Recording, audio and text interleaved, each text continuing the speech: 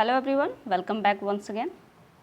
आपको जैसे कि पता ही है कि हम area coordinator and community coordinator post के लिए यानी बिहार जीविका के area coordinator and community coordinator post के लिए प्रैक्टिस सेट कर रहे हैं। ठीक है, एमसीक्यूज प्रैक्टिस सेट कर रहे हैं। ये प्रैक्टिस सेट जो हमने क्लास किया हुआ है उसकी प्रैक्टिस सेट है। ठीक है, आपको जैसे कि पता है कि डेली आपको जो क्लास मिलती है शाम तक उसकी प्रैक्टिस सेट उपलब्ध होती है। उसमें 10 क्वेश्चन करते हैं और हर सैटरडे और संडे 2 दिन लगभग 100 प्रश्न किए जाते हैं। लगभग 100 प्रश्न किए जाते हैं। जिन टॉपिक्स से जो भी टॉपिक्स एक हफ्ते में आपको पढ़ाई गई है उसकी जो प्रैक्टिस सेट होती है वो 100 प्रश्न किए जाते हैं। ठीक है, तो आज की प्रैक्टिस सेट में हमारे 40 प्रश्न हैं। यहाँ पे ध्यान रखना है कि कितने प्रश्न हैं, 40 प्रश्न हैं। तो जब आप इस प्रैक्टिस सेट को कंप्लीट कर ले यानी पूरी जो 40 क्वेश्चन है उसको सॉल्व कर ले तो लास्ट में बताइएगा कि आपने कमेंट में लास्ट में बताइएगा कि 40 में से आपने कितने प्रश्नों को सही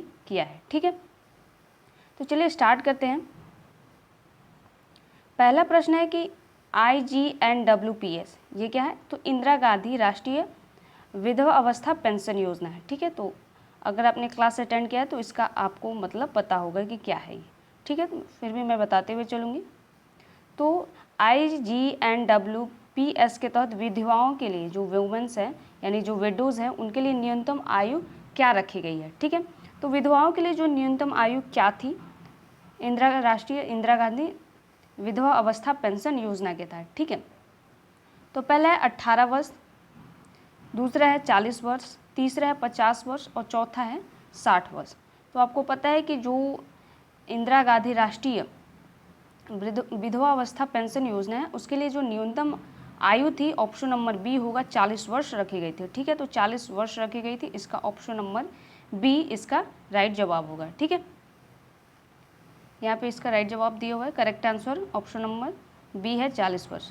स्पष्टीकरण की बात करें तो राष्ट्रीय इंदिरा गांधी विधवा अवस्था पेंशन योजना के लिए पात्र होने के लिए विधवाओं की जो आयु है वो कम से कम 40 वर्ष या उससे अधिक होनी चाहिए, यानी 40 वर्ष या उससे प्लस की होनी चाहिए। ठीक है, तो यहाँ पे ध्यान रखना है कि कितनी आयु निर्धारित की गई है।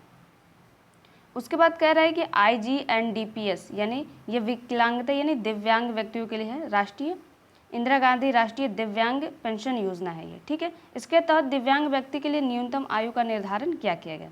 इसमें दिव्यांग व्यक्तियों के लिए पूछ रहा है कि न्यूनतम आयु का निर्धारण कितना किया गया? तो 10 वर्ष है, 18 वर्ष है, 25 वर्ष है या 60 वर्ष है।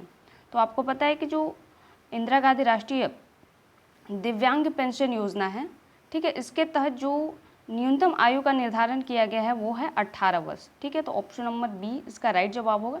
18 वर्ष इसका राइट जवाब होगा। ठीक है, 18 वर्ष जो दिव्यांगता के लिए जो आयु निर्धारित की गई है वो ऑप्शन नंबर बी है। ठीक है, यहाँ पे इसका करेक्ट जवाब दिया है। कह रहा है कि इंदिरा गांधी राष्ट्रीय दिव्यांगता पेंशन योजना के लिए जो न्यूनतम आयु है, यहाँ पे ध्यान रखना है कि न्यूनतम आयु 18 वर्ष है। ठीक है, अगले प्रश्न पे चलते हैं। आप अपना उत्तर भी साथ में अपनी कॉपी में नोट करते हुए चलिएगा। ठीक है, और लास्ट में कमेंट में ज़रूर बताइएगा जाते जाते कि आपने कितने प्रश्न सही किए हैं। अब कह रहा है कि NFBS यानी नेशनल फैमिली बेनिफिट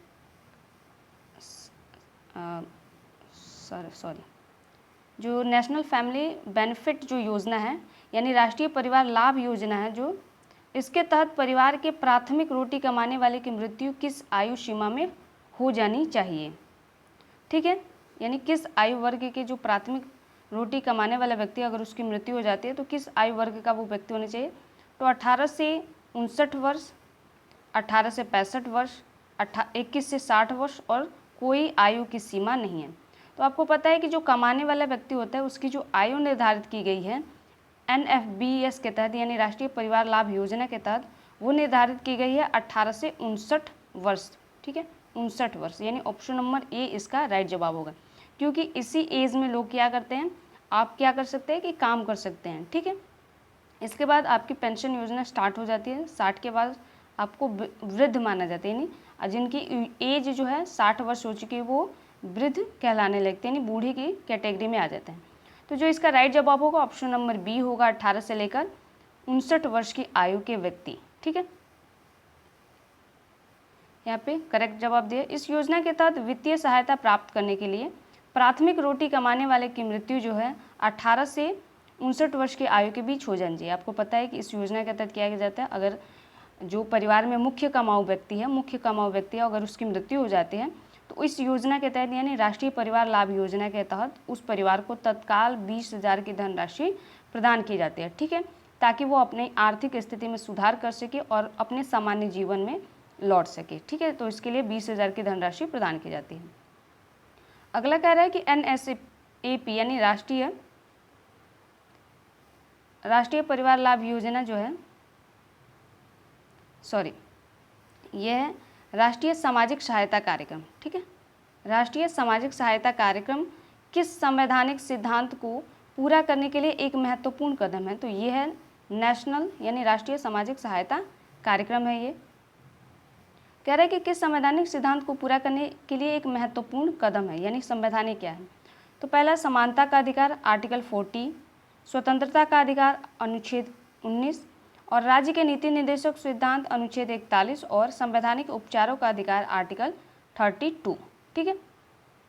तो आपको पता है कि NSAP यानी राष्ट्रीय सामाजिक सहायता कार्यक्रम के तहत जो DPSP है, DPSP के तहत आर्टिकल 41 बनाया गया है, जिसमें क्या कहा गया है कि वृद्ध यानी जो बूढ़े व्यक्ति हैं या जो विकलांग व्यक्ति हैं, जो विधवा हैं, उनके लिए या ऐसे परिवार जिनके मुख्य कमाऊ व्यक्ति की यानी जो व्यक्ति पैसा अर्न करता था उसकी अगर मृत्यु हो जाती है, जो कमाने वाला व्यक्ति है उसकी मृत्यु हो जाती है, तो ऐसे परिवारों को जो संवैधानिक रूप से सहायता प्रदान करने के लिए योजनाएं बनाएं, ठीक है। तो आर्टिकल 41 इसका राइट जवाब होगा। DPSP के तहत यानी राज्य के नीति निर्देशक सिद्धांत के तहत अनुच्छेद 41, ठीक है। तो ऑप्शन नंबर सी इसका राइट जवाब होगा। यहाँ पे कह रहा है कि अनुच्छेद 41 में कहा गया है कि राज्य को बेरोजगारी, बुढ़ापे, बीमारी और दिव्यांगता के मामले में सार्वजनिक सहायता प्रदान करनी चाहिए। NSAP इसी सिद्धांत को दर्शाता है, ठीक है। तो ध्यान रखना है कि इसमें क्या कहा गया है, आर्टिकल 41 कहता है कि बूढ़े, बेरोजगार, दिव्यांग व्यक्ति या बीमार व्यक्ति या ऐसे व्यक्ति जो अपनी इनकम खुद जनरेट नहीं कर पाता है उसको जो है सामाजिक सहायता कार्यक्रम प्रदान करने के लिए संविधान के अनुच्छेद 41 में कहा गया है, जो क्या है DPSP का पार्ट होता है, ठीक है।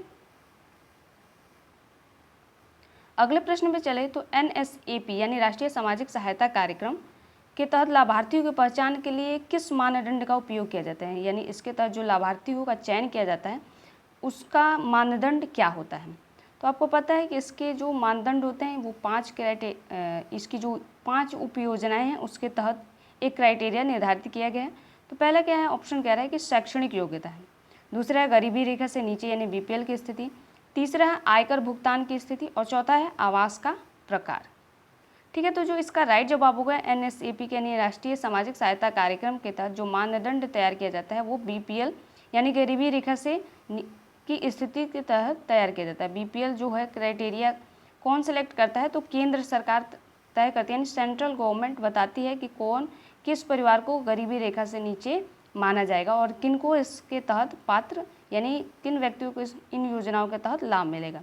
जो राष्ट्रीय सामाजिक सहायता कार्यक्रम है इसकी 5 उप योजनाएं हैं जो अलग अलग माध्यमों से अलग अलग स्थितियों से लोगों की पहचान करती है और उन्हें आर्थिक सहायता प्रदान करती है, ठीक है। तो क्लासेस में हमने देखा है कि ये 5 योजनाएं क्या हैं और आपको पता भी है नीचे, ठीक है। इसकी करेक्ट है तो कह रहा है कि सभी NSAP की उप योजनाएं 5 योजनाएं केवल उन्हीं व्यक्तियों और परिवारों के लिए हैं जो गरीबी रेखा से नीचे यानी BPL की श्रेणी में आते हैं। 5 योजनाओं में आपको पता है एक तो वृद्धावस्था पेंशन योजना है, उसके बाद विधवा अवस्था पेंशन योजना है, फिर जो है विकलांगता पेंशन योजना है यानी इंदिरा गांधी करके है, ठीक है। उसके बाद राष्ट्रीय परिवार लाभ योजना है और एक अन्नपूर्णा योजना है। ये 5 उप योजनाएं जो मैंने अभी आपको बताई इसके तहत क्या आती हैं, NSP के तहत 5 ये उप योजनाएं हैं जो NSP के तहत मिलकर काम करती हैं। अब कह रहा है कि NSAP के तहत विधवा पेंशन योजना का नाम क्या है? तो पहला है इंदिरा गांधी राष्ट्रीय विधवा पेंशन योजना, दूसरा है इंदिरा गांधी राष्ट्रीय वृद्धावस्था पेंशन योजना, तीसरा है राष्ट्रीय परिवार लाभ योजना और चौथा है अन्नपूर्णा योजना। तो आपको पता है कि इसका राइट जवाब क्या होगा, तो ऑप्शन नंबर ए होगा इंदिरा गांधी राष्ट्रीय विधवा अवस्था पेंशन योजना यानी IGNWPS इसका राइट जवाब होगा, ठीक है। IGNWPS NSP के तहत एक योजना है जो निराश्रित विधवाओं को पेंशन प्रदान करती है। इसमें क्या जो क्राइटेरिया है उसमें इनको क्या जो राशि है वो 300 रुपये की धनराशि प्रदान की जाती है। 300 रुपये की धनराशि प्रदान की जाती है, यानी 40 से लेकर 69 वर्ष की आयु तक 79 वर्ष की 79 वर्ष की आयु तक 40 से लेकर 79, ठीक है, 79 वर्ष की आयु तक इनको 300 रुपये की धनराशि प्रदान की जाती है, यानी 300 रुपीज़ प्रदान किया जाता है। उसके बाद जब ये 80 या उससे प्लस के हो जाते हैं तो इनको 500 रुपीज़ दिया जाता है, यानी 500 रुपये की धनराशि प्रदान की जाती है विधवा पेंशन योजना के, ठीक है। अब कह रहा है कि IGNWPS के तहत प्रति माह जो पेंशन राशि यानी ये डिसेबिलिटी यानी जो विकलांग व्यक्ति को पेंशन मिलती है उसके तहत प्रति माह कितनी पेंशन धनराशि प्रदान की जाती है, यानी इंदिरा गांधी राष्ट्रीय दिव्यांगता पेंशन योजना के तहत प्रति माह कितनी पेंशन राशि दी जाती है। तो पहला ऑप्शन है 200, दूसरा है 300, तीसरा है 500 और चौथा है 1000 रुपये। तो आपको पता है कि जो दिव्यांग व्यक्ति हैं 18 प्लस की आयु से लेकर 79, ठीक है, 79 की एज तक उनको 300 रुपये की धनराशि दी जाती है। ऑप्शन नंबर 20 का जवाब होगा 300 रुपये की धनराशि दी जाती है। और जब ये 80 प्लस के हो जाते हैं तो इनको 500 रुपये की धनराशि प्रदान की जाती है, ठीक है। तो ऑप्शन नंबर बी इसका राइट जवाब होगा। IGNWPS के तहत केंद्र सरकार का योगदान, यहाँ पे 40 दिया है, मैंने 18 बता दिया, 40 से लेकर ये विडो है, मैंने डिसेबिलिटी बता दी, ये विधवा पेंशन योजना है, ठीक है। यहाँ पे विधवा पेंशन योजना है, ठीक है। तो ध्यान रखना है कि ये 300 रुपये की धनराशि होगी, मैंने इसको गलत बता दी है, मैंने समझा कि ये क्या है दिव्यांगता योजना के लिए है, यानी डिसेबिलिटीज़ मैंने देख लिया, ठीक है। तो ये जो पात्र रहते हैं 40 वर्ष से लेकर 79 यानी 79 की एज तक 300 रुपये की धनराशि प्रदान की जाती है। ऊपर भी मैंने इसको एक्सप्लेन किया अभी थोड़ी देर पहले, ठीक है। अगला है कि NSP के तहत दिव्यांग पेंशन योजना का क्या नाम है। जो NSP यानी राष्ट्रीय सामाजिक सहायता कार्यक्रम है उसके तहत दिव्यांग जो पेंशन योजना है उसका क्या नाम है। तो पहला ऑप्शन है इंदिरा गांधी राष्ट्रीय दिव्यांगता पेंशन योजना, दूसरा इंदिरा गांधी राष्ट्रीय वृद्धावस्था पेंशन योजना, तीसरा राष्ट्रीय परिवार लाभ योजना और चौथा है अन्नपूर्णा योजना। तो आपको पता है कि इसका राइट जवाब क्या होने वाला है। तो ऑप्शन नंबर ए इसका राइट जवाब होगा, इंदिरा गांधी राष्ट्रीय दिव्यांगता पेंशन योजना इसका राइट जवाब होगा, ठीक है। तो ऑप्शन नंबर ए इसका राइट जवाब होगा। इंदिरा गांधी राष्ट्रीय दिव्यांगता पेंशन योजना, इसके तहत जो है NSP के तहत एक योजना है जो गंभीर या कई दिव्यांग वाले व्यक्तियों को पेंशन प्रदान करती है। इसमें जो दिव्यांगता का स्तर रखा गया है ना 80 प्लस 80% या उससे अधिक का जो व्यक्ति है जो दिव्यांग हो गया उसको रखा गया। उनको क्या किया जाता है कि 18 से लेकर 79 की एज तक उनको 300 रुपये की धनराशि प्रदान की जाती है और 80 प्लस होने के बाद उनको 500 रुपये की धनराशि दी जाती है दिव्यांगता योजना में, ठीक है। यहाँ पे कह रहा है कि IGDPSP के तहत प्रतिमाह जो पेंशन की राशि है वो कितनी दी जाती है। तो मैंने अभी बता भी दिया कि कितनी धनराशि दी जाती है। तो ऑप्शन नंबर बी इसका राइट जवाब होगा, 300 रुपये की धनराशि दी जाती है और ये जब 80 प्लस हो जाते हैं तो इनको 500 रुपये की धनराशि प्रदान की जाती है, ठीक है। तो ऑप्शन नंबर बी इसका राइट जवाब होगा। इसके तहत केंद्र सरकार का योगदान जो है 18 से लेकर 79 वर्ष की आयु के दिव्यांग व्यक्तियों के लिए 300 रुपये की प्रतिमाह की धनराशि प्रदान की जाती है। अगला प्रश्न है कि NFBS यानी राष्ट्रीय परिवार लाभ योजना के तहत प्राथमिक रोटी कमाने वाले की मृत्यु के मामले में किसे एक मुक्त सहायता राशि दी जाती है, यानी किसे वो पैसा परिवार प्रदान किया जाता है। उसमें कितनी राशि दी जाती है। तो आपको पता है कि 20,000 की धनराशि प्रदान की जाती है तत्काल सहायता के तौर पर। तो पहला ऑप्शन है कि ग्राम पंचायत को वो पैसा दिया जाएगा, दूसरा है शोक संतप्त परिवार को दिया जाएगा, तीसरा है स्थानीय विधायक को दिया जाएगा या कोई भी व्यक्ति यानी किसी को भी वो पैसा दिया जा सकता है। तो आपको पता है कि ये पैसा किसको दिया जाएगा, यानी वैसा परिवार जिसने उस फैमिली मेम्बर को खोया है जो रोटी कमा सककर यानी पैसे कमाकर रोटी कमाकर उनके लिए ला सकता था। तो ये पैसा ग्राम पंचायत को नहीं मिलेगा। शोक संतप्त परिवार यानी जिस फैमिली के मेंबर की मृत्यु हुई है उसके फैमिली मेम्बर्स के किसी व्यक्ति को वो पैसा मिलता है, ठीक है। तो यहाँ पे ऑप्शन नंबर बी उसका राइट जवाब होगा। NFBS का प्राथमिक उद्देश्य जो है रोटी कमाने वाले की मृत्यु के बाद परिवार को वित्तीय सुरक्षा प्रदान करना, और इसके तहत आपको पता है कि 20,000 की धनराशि दी जाती है। ठीक है, 20,000 की धनराशि दी जाती है। अगला प्रश्न है कि अन्नपूर्णा योजना का मुख्य उद्देश्य क्या है। जो अन्नपूर्णा योजना है जो राष्ट्रीय सामाजिक सहायता कार्यक्रम है, उसके तहत जो 5वीं उपयोजना है, ये 5वीं उपयोजना है, इसके उद्देश्य क्या है। तो कह रहा है कि ये घर का निर्माण करता है, दूसरा खाद्य सुरक्षा प्रदान करता है, तीसरा वित्तीय समावेशन को बढ़ावा देता है, या चौथा युवाओं को रोजगार प्रदान करता है। तो आपको पता है कि अन्नपूर्णा योजना के तहत 10 किलोग्राम जो है यानी 10 kg खाद्यान्न उपलब्ध कराया जाता है। तो ये क्या होगा, ऑप्शन नंबर बी होगा, खाद्य सुरक्षा प्रदान किया जाता है। और इसके लिए कौन व्यक्ति पात्र होता है, तो वो व्यक्ति जिसे वृद्धावस्था पेंशन योजना के तहत जो उसमें वो सम्मिलित नहीं, यानी जिसको वृद्धावस्था पेंशन यानी ओल्ड एज पेंशन जो होती है वो नहीं मिलता है, वो इसके लिए पात्र होते हैं। ठीक है, अन्नपूर्णा योजना के तहत। तो ऑप्शन नंबर बी इसका राइट जवाब होगा। यहाँ पे अन्नपूर्णा योजना का उद्देश्य वरिष्ठ नागरिकों को खाद्य सुरक्षा प्रदान करना, खासकर उन लोगों को जो IGNOAPS के लिए पात्र नहीं है, यानी जिनको पेंशन नहीं मिलती है, खासतौर पर उनके लिए ये योजना बनाई गई है। अगला प्रश्न है कि NSAP यानी राष्ट्रीय सामाजिक सहायता कार्यक्रम के तहत कौन सी योजना अब इसका हिस्सा नहीं है, यानी जो 5 योजनाएं हैं उसकी उपयोजनाएं हैं, उसमें कौन सा योजना इसका नहीं है। तो पहला राष्ट्रीय मातृत्व लाभ योजना, दूसरा है राष्ट्रीय परिवार लाभ योजना, तीसरा है इंदिरा गांधी राष्ट्रीय वृद्धावस्था पेंशन योजना, और चौथा है अन्नपूर्णा योजना। तो आपको पता चल गया होगा कि कौन इसका हिस्सा नहीं होगा। तो जिसका राइट जवाब होगा ऑप्शन नंबर ए होगा, राष्ट्रीय मातृत्व लाभ योजना यानी NMBS। इसको क्या कर दिया गया था, वर्ष 2000 में इसको हटा दिया गया था। ठीक है, यानी अब ये इसका हिस्सा नहीं है, यानी NSPA का हिस्सा नहीं है। ठीक है, तो ऑप्शन नंबर ए इसका राइट जवाब होगा। कह रहा है कि NMBS को 2001 में NSAP से हटा दिया गया और स्वास्थ्य और परिवार कल्याण मंत्रालय को हस्तांतरित कर दिया। तो अब जो है ये किसका हिस्सा है, तो स्वास्थ्य एवं परिवार कल्याण मंत्रालय का हिस्सा है, और इसे जननी सुरक्षा योजना में मिला दिया गया। तो ये भी ध्यान रखना है कि इस योजना को किस में मिला दिया गया है, तो जननी सुरक्षा योजना में मिला दिया गया है इसको। ठीक है, अगले प्रश्न पे चलते हैं। कह रहे हैं कि NSAP का प्रशासन ग्रामीण और शहरी दोनों क्षेत्रों में कौन करता है। जो राष्ट्रीय सामाजिक सहायता कार्यक्रम है उसका प्रशासन ग्रामीण और शहरी दोनों क्षेत्रों में करता है। तो कहता है कि केवल केंद्र सरकार करता है, दूसरा है केवल राज्य सरकार करता है, तीसरा है केवल गैर सरकारी संगठन यानी NGOs करते हैं, और चौथा है स्थानीय स्वशासन संस्थाएं यानी ग्राम पंचायत और नगर पालिकाएं करती हैं।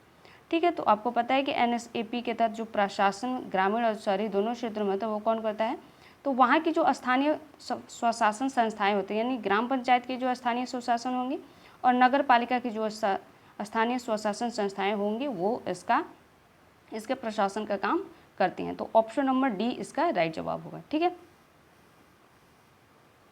यहाँ पे देखें तो केंद्र सरकार धन प्रदान करती है, जबकि राज्यों और केंद्र शासित प्रदेशों के माध्यम से स्थानीय निकाय इस योजनाओं को लागू करते हैं। यानी आपको पता है कि 100% जो फंडिंग है वो केंद्र सरकार की होती है, जबकि इसका जो स्थानीय निकाय है यानी जो जमीनी स्तर पर जो कार्य किया जाता है वो राज्य सरकार या केंद्र सरकार के तहत किया जाता है। ठीक है, उसके तहत किया जाता है। अगला प्रश्न है कि NSAP के तहत पेंशन की राशि सीधे लाभार्थियों के बैंक खाते में किस प्रणाली के माध्यम से हस्तांतरित की जाती है। यानी जब NSAP यानी राष्ट्रीय सामाजिक सहायता कार्यक्रम के तहत जब पेंशन की राशि प्रदान की जाती है, यानी उनको जब बैंक खाते में पैसा दिया जाता है, तो वो किसके माध्यम से दिया जाता है, उसको क्या कहा जाता है। तो मनी ऑर्डर कहा जाता है, या प्रत्यक्ष लाभ हस्तांतरण कहा जाता है, या नकद भुगतान कहा जाता है, या चेक कहा जाता है।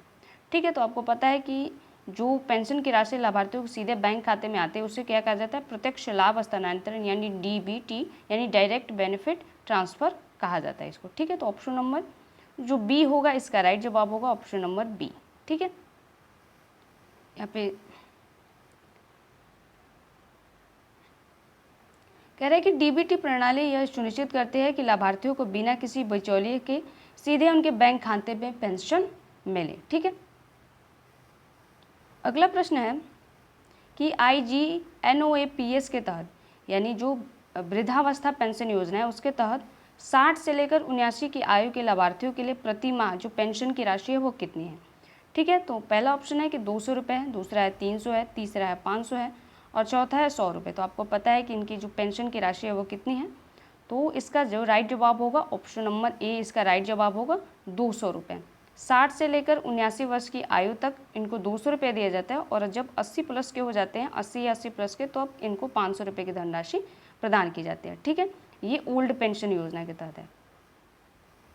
60 से लेकर 79 की आयु के लिए केंद्र सरकार की योगदान कितना है, तो 200 रुपये की धनराशि प्रदान की जाती है। अगला प्रश्न है कि NFBS के तहत प्राथमिक रोटी कमाने वाले की परिभाषा में कौन शामिल है। यानी जो प्राथमिक रोटी कमाने वाला है उसकी परिभाषा में कौन शामिल है। तो केवल क्या पुरुष शामिल है, क्या केवल महिला शामिल है, पुरुष और महिला दोनों जो परिवार के मुख्य कमाने वाले हैं, या केवल पुरुष जो 60 वर्ष से कम आयु के हैं। तो आपको पता है कि जो प्राथमिक रोटी कमाने वाली जो परिभाषा होती है उसमें कौन कौन सम्मिलित होते हैं। तो ऑप्शन नंबर सी होता है, जब पुरुष और महिला दोनों, यानी अगर एक वुमेन जो है अगर वो अपने परिवार का भरण पोषण करती है, यानी वो इनकम जनरेट करती है, वो कहीं काम करके पैसा कमाती है, तो उसको भी इसमें सम्मिलित किया जाता है। ठीक है, तो पुरुष और महिला दोनों जो परिवार के मुख्य कमाने वाले होते हैं। ठीक है, तो ऑप्शन नंबर सी इसका राइट जवाब होगा। NFBS के तहत यानी राष्ट्रीय परिवार लाभ योजना के तहत प्राथमिक रोटी कमाने वाले की परिभाषा में परिवार में वे पुरुष या वे महिला सदस्य शामिल होते हैं जिनकी आय परिवार के निर्वाह का मुख्य स्रोत होती है। ठीक है, तो ध्यान रखना है कि वुमेन और मैन दोनों इसमें होते हैं। अगला प्रश्न है कि अन्नपूर्णा योजना के तहत मुफ्त खाद्यान्न किसे प्रदान किया जाता है। मुफ्त में खाद्यान्न किसे प्रदान किया जाता है, तो सभी गरीब परिवार को, सभी विधवाओं को दिया जाता है, या वे वरिष्ठ नागरिक जो IGNOAPS के तहत कवर नहीं किए गए हैं, या वे केवल दिव्यांग व्यक्तियों को। तो आपको पता है कि अन्नपूर्णा योजना के तहत वरिष्ठ नागरिक जो वृद्धावस्था पेंशन योजना के लिए पात्र नहीं है या उनको नहीं मिलता, उनको कवर किया जाता है। ठीक है, तो ऑप्शन नंबर सी इसका राइट जवाब होगा। ऑप्शन नंबर सी इसका राइट जवाब होगा। ये चलते हैं, यह योजना उन वरिष्ठ नागरिकों के लिए है जो IGNOAPS के लिए पात्र हैं, लेकिन पेंशन पाने वाले की संख्या सीमित होने के कारण उन्हें पेंशन नहीं मिल पाती है। ठीक है, अब कह रहा है कि NSAP का मुख्य लाभ क्या है, यानी जो राष्ट्रीय सामाजिक सहायता कार्यक्रम है इसका मुख्य लाभ क्या है। तो पहला है विदेशी मुद्रा अर्जित करना, दूसरा है गरीबी को कम करना और कमज़ोर समूहों को सहायता प्रदान करना, तीसरा है अन्य शक्ति बढ़ाना, सैन्य शक्ति बढ़ाना, चौथा है अंतर्राष्ट्रीय व्यापार को बढ़ावा देना। तो आपको पता है कि NSAP का मुख्य लाभ क्या है, तो ऑप्शन नंबर बी होगा, गरीबी को कम करना और कमज़ोर समूहों को सहायता प्रदान करना। इसमें मंथली क्या होता है कि कुछ राशियाँ प्रदान की जाती हैं पेंशन योजनाओं के माध्यम से।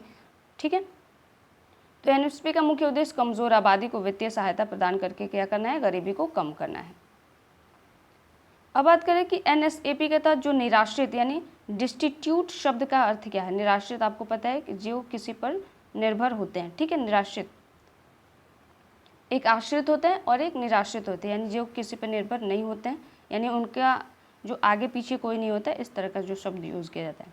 तो पहला है कोई भी व्यक्ति जो अशिक्षित है, दूसरा कोई भी व्यक्ति जो बेरोजगार है, तीसरा कोई भी व्यक्ति जिसके पास निर्वाह का कोई नियमित साधन न हो, और चौथा कोई भी व्यक्ति जो शहर में रहता है। तो आपको पता है जो निराश्रित शब्द है वो क्या है, तो कोई भी व्यक्ति जो इसके पास कोई निर्वाह का कोई साधन न हो, यानी अपनी जो बेसिक ज़रूरतों के लिए उसके पास कुछ भी उपलब्ध ना हो। ठीक है, इनकम का कोई स्रोत ना हो उसके पास। तो ऑप्शन नंबर सी इसका राइट जवाब था। और NSAP के तहत निराश्रित तो ऐसे व्यक्ति के रूप में परिभाषित किया गया है जिसके पास जीवन यापन का कोई नियमित साधन नहीं है। ठीक है, अगले प्रश्न पे चलते हैं। अगला कह रहा है कि NSAP में केवल ग्रामीण क्षेत्रों के लिए है। पूछ रहा है कि क्या NSAP यानी राष्ट्रीय सामाजिक सहायता कार्यक्रम केवल गाँवों के लिए है। तो कह रहा है कि हाँ, यह केवल ग्रामीण क्षेत्रों के लिए है, दूसरा नहीं, यह ग्रामीण और शहरी दोनों क्षेत्रों के लिए है, तीसरा हाँ यह केवल शहरी क्षेत्रों के लिए, और चौथा यह केवल मेट्रो शहरों के लिए है। तो आपको पता है जो NSAP है इसका क्या ये ग्रामीण क्षेत्रों के लिए, तो नहीं, ये गाँव और शहरों दोनों में काम करता है। तो ऑप्शन नंबर बी इसका राइट जवाब होगा। NSAP जो है ग्रामीण और शहरी दोनों क्षेत्रों के लिए है। ठीक है, NSAP को पूरे भारत में ग्रामीण और शहरी दोनों क्षेत्रों में लागू किया गया है। अब कह रहा है कि NSP के तहत केंद्र सरकार का योगदान कितना है, तो 50% है, 75% है, 100% है या 25%। तो आपको पता है कि NSAP के तहत जो केंद्र सरकार का योगदान है वो 100% है, यानी ऑप्शन नंबर सी इसका राइट जवाब होगा 100%। NSP के तहत केंद्र सरकार द्वारा न्यूनतम लाभ के लिए 100% फंडिंग केंद्र सरकार द्वारा की जाती है। जो 100% फंडिंग है वो किसके द्वारा की जाती है, तो केंद्र सरकार के द्वारा की जाती है।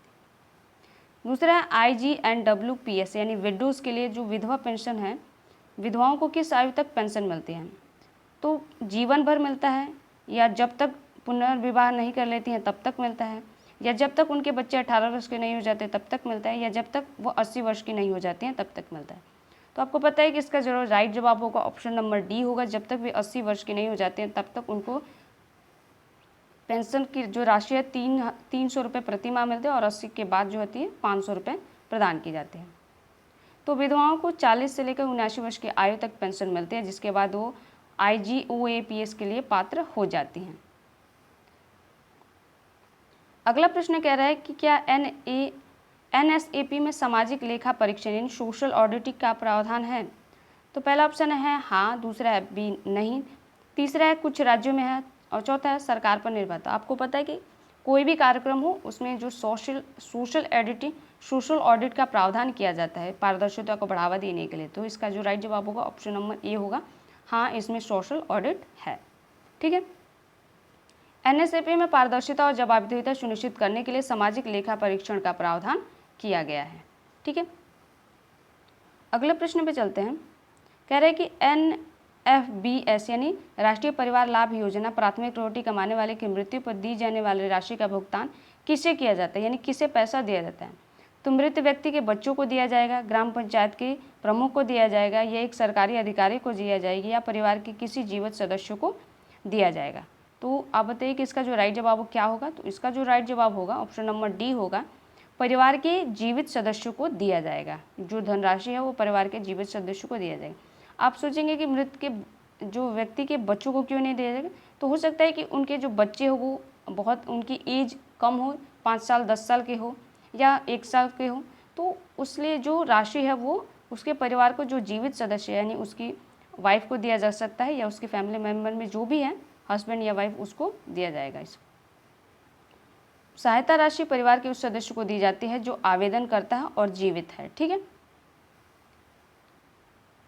अगला प्रश्न है कि अन्नपूर्णा योजना के तहत एक व्यक्ति को प्रति माह कितने किलोग्राम खाद्य मिलता है, 5 किलोग्राम, 10 किलोग्राम, 15 किलोग्राम और 20 किलोग्राम।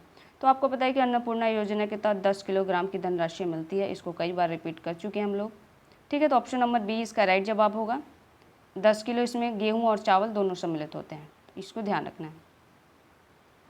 अगला प्रश्न कह रहा है कि IGNDPS के तहत लाभार्थी के लिए दिव्यांगता का स्तर कम से कम कितना होना चाहिए, तो ये भी हमने लगभग कई बार रिपीट कर लिया। तो आपको पता है इसका राइट जवाब होगा ऑप्शन नंबर सी, 80% या उससे अधिक दिव्यांगता का स्तर होना चाहिए। ठीक है, इस योजना का लाभ उठाने के लिए व्यक्ति की दिव्यांगता को जो स्तर है 80% या उससे अधिक होना चाहिए, जिसे गंभीर दिव्यांगता माना जाता है। अगला प्रश्न है कि NSAP का प्राथमिक लक्ष्य क्या है, प्राइमरी जो टारगेट क्या है, तो पहला है कि औद्योगिकरण को औद्योगिक विकास को बढ़ावा देना, दूसरा है पर्यावरण संरक्षण को बढ़ावा देना, तीसरा है असुरक्षित और हाशिए पर रहने वाले लोगों को सामाजिक सुरक्षा प्रदान करना, और चौथा है शिक्षा के स्तर को बढ़ावा देना। तो आपको पता है कि NSAP का जो प्राथमिक उद्देश्य क्या है, राष्ट्रीय सामाजिक सहायता कार्यक्रम का प्राथमिक उद्देश्य क्या है, तो असुरक्षित और हाशिए पर रहने वाले लोगों को सामाजिक सुरक्षा प्रदान करना, यानी ऑप्शन नंबर जो सी होगा इसका राइट जवाब होगा। NSP का मुख्य लक्ष्य समाज के सबसे कमजोर वर्गों को एक सामाजिक सुरक्षा जाल प्रदान करना है। ठीक है, अगले प्रश्न पे चलते हैं। क्या महिला गृहिणी यानी होम मेकर को NFBS यानी राष्ट्रीय परिवार लाभ योजना के तहत रोटी कमाने वाला माना जाता है, तो हाँ नहीं, केवल कुछ मामलों में, और यह राज्य सरकार पर निर्भर करता है। तो आपको पता है कि हमने इस प्रश्न को ऊपर भी देखा कि हाँ इसमें महिला और पुरुष दोनों को जो है जो NFBS के तहत रोटी कमाने वाला माना जाता है। अगर कोई महिला है जो इनकम जनरेट करती थी अपनी फैमिली के लिए, तो वो उसके लिए पात्र मानी जाती है। ठीक है, तो NFBS की परिभाषा में गृहिणी को भी रोटी कमाने वाले के रूप में शामिल किया गया है यदि उनकी मृत्यु के कारण परिवार की जो आर्थिक स्थिति है अगर वो प्रभावित होती है तो उसको भी माना जाता है। ठीक है, यहाँ पे ध्यान रखना है वो वैसी वुमेन्स जो इनकम जनरेट करती हैं अपनी फैमिली के लिए, उनको इसमें सम्मिलित किया जाता है। NSAP को किस पंचायती राज योजना के दौरान शुरू किया गया था, यानी राष्ट्रीय सामाजिक सहायता कार्यक्रम को किस पंचायती राज योजना के तहत शुरू किया गया था? तो 7वीं पंचवर्षीय योजना जो 1985 से लेकर 90 तक थी, 8वीं पंचवर्षीय योजना जो 1992 से लेकर 97 तक थी, 9वीं पंचवर्षीय योजना जो 1997 से 2002 तक थी और 10वीं पंचवर्षीय योजना जो 2002 से 2007 तक थी।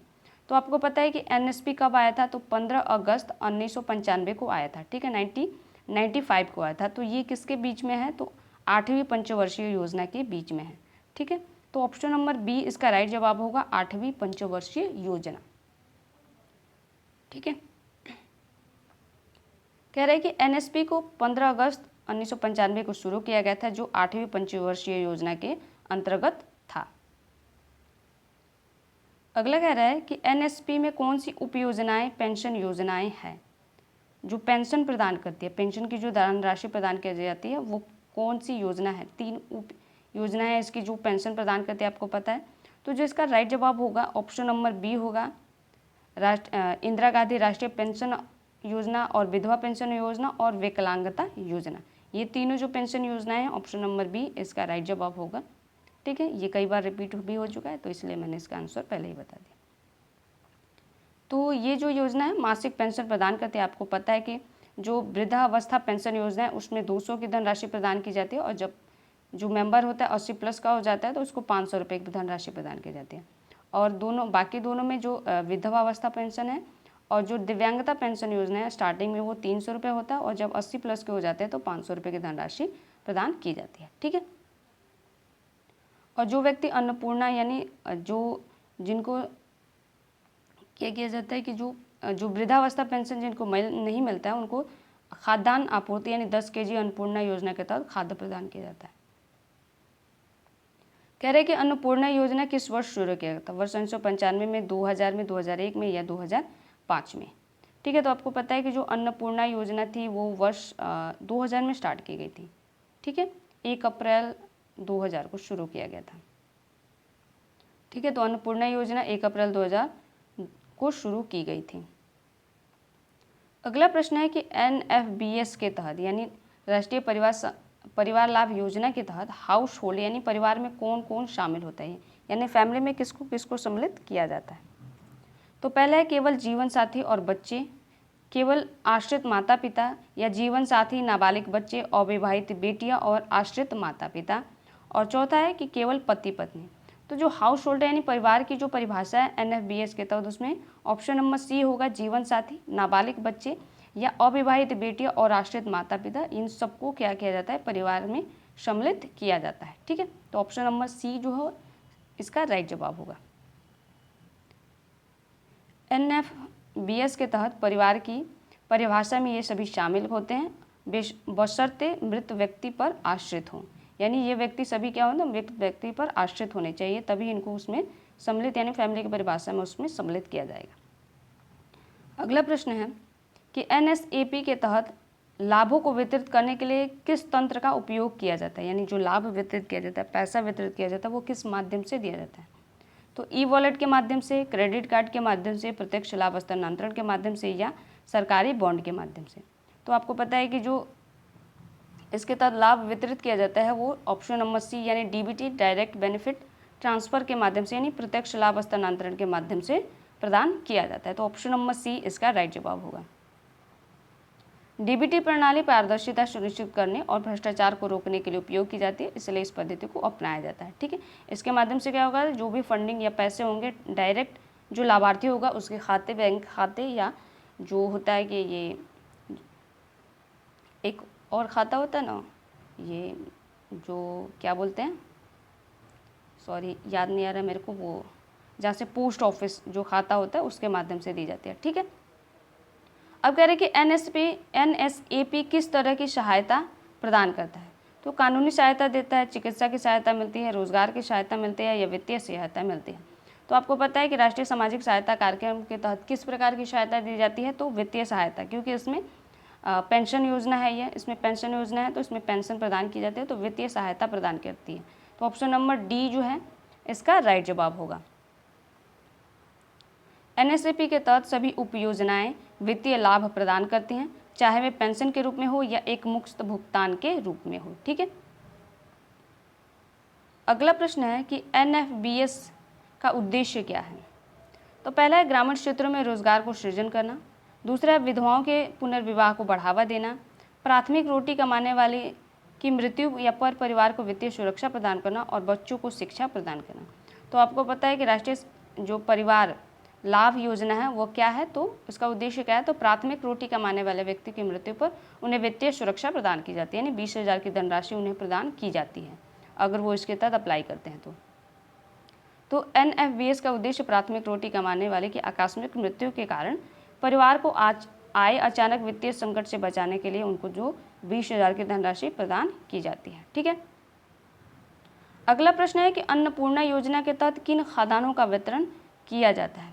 तो गेहूं, चावल, दालें और बाजरा, केवल गेहूं, केवल चावल। तो आपको पता है कि अन्नपूर्णा योजना के तहत क्या है, गेहूं और चावल, यानी ऑप्शन नंबर ए इसका राइट जवाब होगा। गेहूं और चावल का वितरण किया जाता है। ठीक है, गेहूं और चावल का वितरण किया जाता है। अगला प्रश्न है कि गेहूं और ये 10 किलोग्राम गेहूं और चावल इसमें दी जाती है, आपको पता है, मुफ्त में प्रदान किया जाता है। अगला प्रश्न है कि एनएसएपी का किस अन्य सामाजिक कल्याण योजना के साथ तालमेल है। तो आयुष्मान भारत है, महात्मा गांधी राष्ट्रीय ग्रामीण रोजगार गारंटी अधिनियम या मनरेगा के तहत है, उज्ज्वला योजना के तहत या मेक इन इंडिया के तहत है। ठीक है, तो आपको पता है कि एनएसपी यानी राष्ट्रीय सामाजिक सहायता कार्यक्रम अन्य जो सामाजिक कल्याण योजनाओं के साथ में तालमेल है, तो ऑप्शन नंबर बी होगा। महात्मा गांधी राष्ट्रीय रोजगार गारंटी अधिनियम यानी मनरेगा के तहत इसमें तालमेल किया जाता है। इसके तहत क्या किया जाता है, इसके तहत भी वित्तीय सहायता प्रदान की जाती है, इसमें रोजगार प्रदान करके यानी 100 दिन का काम देकर, और एनएसपी के तहत भी वही काम किया जाता है। तो दोनों एक ही तरह के काम करते हैं और दोनों में तालमेल बैठता है। तो एनएसपी के एक लाभार्थियों को अक्सर मनरेगा के तहत भी प्राथमिकताएं दी जाती हैं ताकि उनकी आय में वृद्धि हो सके, यानी ऐसे फैमिली मेम्बर्स जिनकी आय का स्रोत नहीं होता उनको मनरेगा के तहत अकुशल श्रम प्रदान किया जाता है, आपको पता है। ठीक है, अब कह रहा है कि किस वर्ष एनएसपी में विधवाओं और दिव्यांगताओं को शामिल करने के लिए विस्तार किया गया था। तो वर्ष 2009 में, वर्ष 2001 में, 1995 वर्ष 2014 में। तो जो एनएसएपी के तहत विधवाओं और दिव्यांगताओं को शामिल करने का विस्तार जो है वर्ष 2009 में किया गया था, यानी ऑप्शन नंबर ए इसका राइट जवाब होगा। वर्ष 2009 में आईजीएनडीपीएस और आईजीएनडब्ल्यूपीएस को एनएसपी के तहत नई उप योजनाओं में शामिल किया गया था, यानी इसको ऐड किया गया था। ठीक है, अगले प्रश्न पे चलते हैं।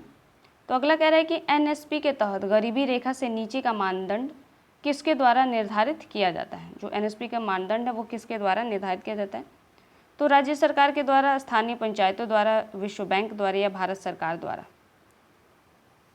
तो एनएसपी के तहत जो गरीबी रेखा से नीचे का मानदंड है वो कौन तय करता है। तो यहाँ पे केंद्र सरकार होना चाहिए था, तो ऑप्शन नंबर डी हमारा राइट जवाब होगा, भारत सरकार द्वारा तय किया जाता है। ठीक है, यहाँ पे केंद्र सरकार देता तो और अच्छा होता, इसका ऑप्शन जो केंद्र हम लिखते हैं, यानी भारत सरकार भी है तो, लेकिन भारत सरकार के अंदर और भी गवर्नमेंट्स आती हैं, तो यहाँ पे ऑप्शन नंबर डी होगा, यहाँ पे केंद्र सरकार आप लेकर चलिएगा। ठीक है, ऑप्शन नंबर डी। बीपीएल परिवारों की पहचान केंद्र सरकार के मानदंडों के आधार पर की जाती है। ठीक है, अगला प्रश्न है कि एनएसएपी का मुख्य उद्देश्य सुनिश्चित करना है कि लाभार्थियों के लिए सामाजिक सुरक्षा उपलब्ध हो। तो केवल शहरी क्षेत्रों में, केवल ग्रामीण क्षेत्रों में, केवल शहरी क्षेत्रों में, या केवल कुछ विशेष मामलों में, या समान रूप से और बिना किसी रुकावट के। तो आपको पता है कि एनएसपी का जो मुख्य उद्देश्य सुनिश्चित करना है कि लाभार्थियों के लिए जो सामाजिक सुरक्षा है वो समान रूप से और बिना किसी रुकावट के मिलती रहे, उपलब्ध होती रहे। तो ऑप्शन नंबर जो डी होगा इसका राइट जवाब होगा, ऑप्शन नंबर डी इसका राइट जवाब होगा। कह रहे हैं कि यह योजना सुनिश्चित करती है कि लाभार्थियों को पूरे भारत में सामाजिक सुरक्षा का एक न्यूनतम स्तर उपलब्ध हो सके। तो ये हमारे 40 प्रश्न जो थे वो खत्म हो चुके हैं। तो अपना अपना कमेंट में बताइएगा कि आपने 40 में से कितने प्रश्नों को सही किया है। ठीक है, कमेंट में ज़रूर बताइएगा कि आपने 40 में से कितने प्रश्न आपके सही हुए हैं और कितने प्रश्न गलत हुए हैं, ठीक है। और अपना जो अगर प्रश्नों की संख्या अगर आपकी ज़्यादा गलत प्रश्न हो रहे हैं तो क्लास को एक बार दोबारा ज़रूर देखिए और नोट्स बनाते हुए चले, ठीक है। जब आप क्लास देखते हैं तो क्लास नोट्स जब आप बनाएंगे तभी आप जो है प्रश्नों को सही करने की, आपकी जो उत्तर देने की जो श्रृंखला है उसमें वृद्धि होगी। आप जो प्रश्न देंगे आप समझ पाएंगे कि इसका आंसर क्या होगा, ठीक है। जब आप क्लास नोट्स बनाते हैं, उसको रिवाइज करते हैं बार बार, तो चीज़ें आपको याद रहेंगी। जब आपको फैक्ट्स याद रहेंगे तो प्रश्नों का जो उत्तर है उसको देने में सहूलियत होती है, ठीक है। प्रश्नों को एलिमिनेट करने में मदद मिलती है। तो ठीक है गाइस, तो बताइएगा कि आपने 40 में से कितने स्कोर किए हुए हैं और ये क्लास आपको कैसी लगी, ये भी कमेंट में ज़रूर बताइएगा। मिलते हैं नेक्स्ट वीडियो में गाइस, तब तक के लिए धन्यवाद।